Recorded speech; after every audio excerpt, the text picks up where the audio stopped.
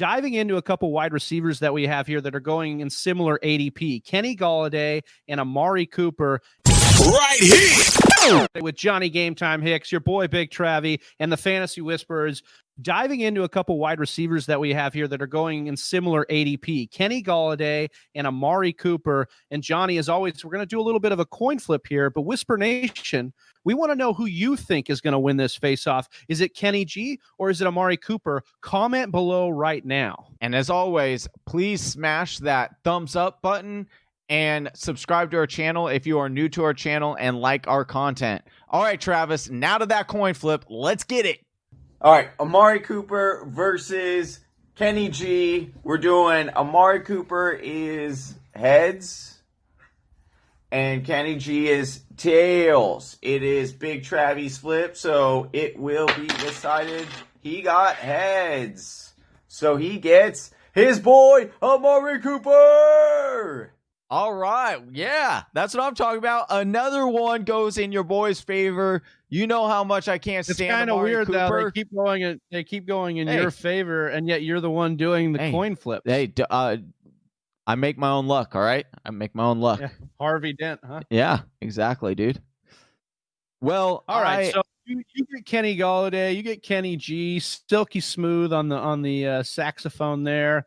But was he very silky smooth in fantasy, Johnny? Give me the case for Kenny Golladay over Amari Cooper this year. So the ups and the downs were high and low for Kenny Golladay last year. The expectations were significant coming into the season. And listen, some weeks he hit that expectation. Other weeks he fell way, way short. And by that, I mean, like, you had some weeks where he had, 25 fantasy points, 28 fantasy points. And then you had weeks like week 7 where he had 3.1 fantasy points. Or you go to week 15 where he had 7.4 fantasy points, which certainly does not get it done in the fantasy playoffs. And I get it. I understand. You're saying, Johnny, he had the best opportunity that he probably is going to have because, he had Marvin Jones go down. He was really the only option in that offense, and yet he still was not able to completely get it done, having only, 116 targets, 65 receptions for 1190. You might think to yourself, well, maybe he should have done a little bit better last year. But let's remember, guys, Kenny G is still relatively young on that saxophone. It hasn't become a beautiful tone yet. And in order to do that, it takes time. It takes dedication. And what have we seen so far through these first 2 years with Kenny G? What do we talk about all the time? It's that third year that you really take that jump and really make that big leap. And certainly what we have seen over the past 2 seasons, Travis, there are grounds for making that this guy is going to be a very productive and very good fantasy wide receiver. You like his snap share? That's not going down. He's young. Marvin Jones is coming back. I totally understand that. I get it. But it's only going to help him because now you're looking at the corners that he was facing down the stretch, and he was getting all the number ones. Prince Amukamara, Xavier Rhodes, Cortland Davis. All of these guys are really, really good corners that are shutdown corners. But he was still able to put up some kind of numbers. 61 yards against Quentin Dunbar. He had 158 against Prince Amukamara and 60 yards against Xavier Rhodes. So there is a solid floor that comes with Golladay. Yes, there are some really, really low lows. But talk about, the guy that we're going to compare him to, talk about some really low lows, and that's Amari Cooper. So if we're comparing these two guys, listen, there's not as many mouths to feed in Detroit. Before I pass it on, I'll make my closing arguments here on Kenny G. There aren't as many mouths to feed over there in Detroit, and so I am feeling more confident that Kenny G will be that number one guy because I don't know that Amari Cooper is going to be the number one guy in Dallas. Oh, he is the number one guy in Dallas. Bottom line, and they inked him not to if CeeDee Lamb has anything to do with it. Last year's number 7 fantasy wide receiver inked a 6-year, $100 million contract with the Dallas Cowboys. That's You wanna talk realistically about- only 2 years. Let's be honest. You want to talk about? No, I mean, they gave him 6, so I'm just saying. They put their money where their mouth is on Amari Cooper after trading a first or a number 1 overall or a first round pick on him last year. If Johnny's whole case for Kenny Golladay is based on like saxophone lessons, then I'm okay here because we're talking about a fact that Dak Prescott is his quarterback here, who is still negotiating contract, and just watch Andy Dalton walk in the door. So 2 things.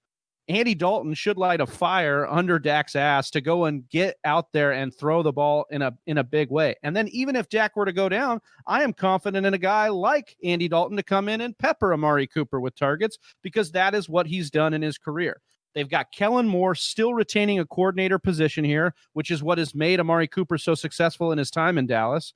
We know Mike McCarthy loves to throw the football, the new head coach of the Dallas Cowboys. He coached Rodgers and company. Let me list some of those wide receivers for you, Johnny. Jordy Nelson, Greg Jennings, Donald Driver, Randall Cobb, Devontae Adams, all very good fantasy football options. So the concern is Randall Cobb was not a a good fantasy option last year. he did have not last year, but I'm saying he's had moments where he was fantasy relevant for sure. Yeah, there are concerns 20 here. years ago. Johnny, don't interrupt me. Okay, don't interrupt me here. I gave you your damn monologue for 20 minutes. This is a 5-minute show we're supposed to do here. You're going on forever. Let me finish here. All right. There's concerns that Johnny brought up so adeptly to CeeDee Lamb coming to town, and he loves CeeDee Lamb so much, and we've got a shirt on the website, and y'all should buy it. Oh, I love the story. But the bottom line here is that Dallas is probably becoming a situation of a high passing attack under Mike McCarthy. He's not a pound the rock guy. He's definitely a throw the ball, spread the ball around kind of guy. And if Dallas is even thinking about what's the massive contract they almost gave Dak that he turned down, first of all, idiot. Second of all, if they're giving him that much money, then that means they're probably willing to throw the ball a ton. I think this division is weak. Johnny talked about corner matchups. This division is a weak one, and I think it's going to stay relatively soft in terms of opposing secondaries. Amari Cooper's the answer here, and not because both of these guys are up and down and all over the place, but Amari's the better one. But Amari is poised to be in a better offense that's more conducive to fantasy football. And so with that, I'm taking Amari Cooper. I loved your case on Kenny Golladay. I think he's got a bright future, but Amari Cooper is the answer here if you want more fantasy points this year. Listen, if you go with Big Travie and you want the 55 production, like similar to his 55% accuracy on these face-offs, then go ahead and hit this, give this a big like, give us a comment in the comments letting us know why. Oh, yeah, let us know who won. We want to know who you think won this face-off, because obviously I did, but I need to hear Whisper Nation say who won here. Listen, Johnny, as always, a lot of fun to do these face-offs with you, my brother, but we will see how this one plays out. Let us know, Whisper Nation. Hit like and subscribe. Drop us a comment.